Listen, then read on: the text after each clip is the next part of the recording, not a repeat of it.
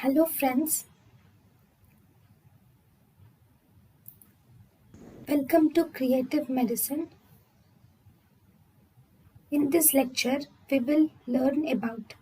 Hello friends, let us now learn some important points about the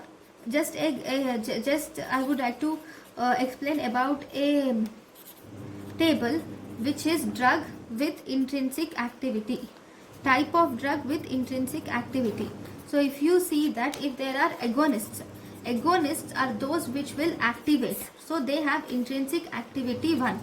Partial agonists, they partially activate the reaction and their intrinsic activity is 0 to 1. Then we have competitive antagonist. In the competitive antagonist, the intrinsic activity is 0, and if you see the inverse agonist, they will almost inhibit the reaction, so the intrinsic activity is 0 to -1.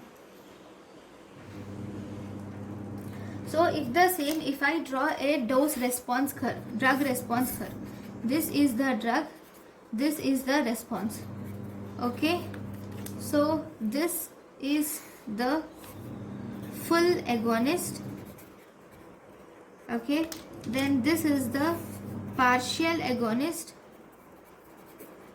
Then we have this is neutral agonist.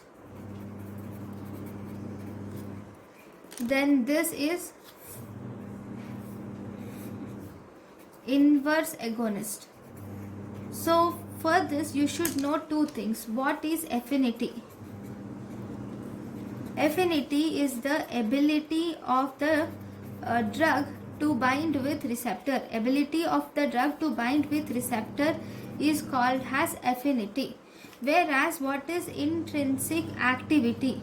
Intrinsic activity is the capacity of the drug to induce a functional change.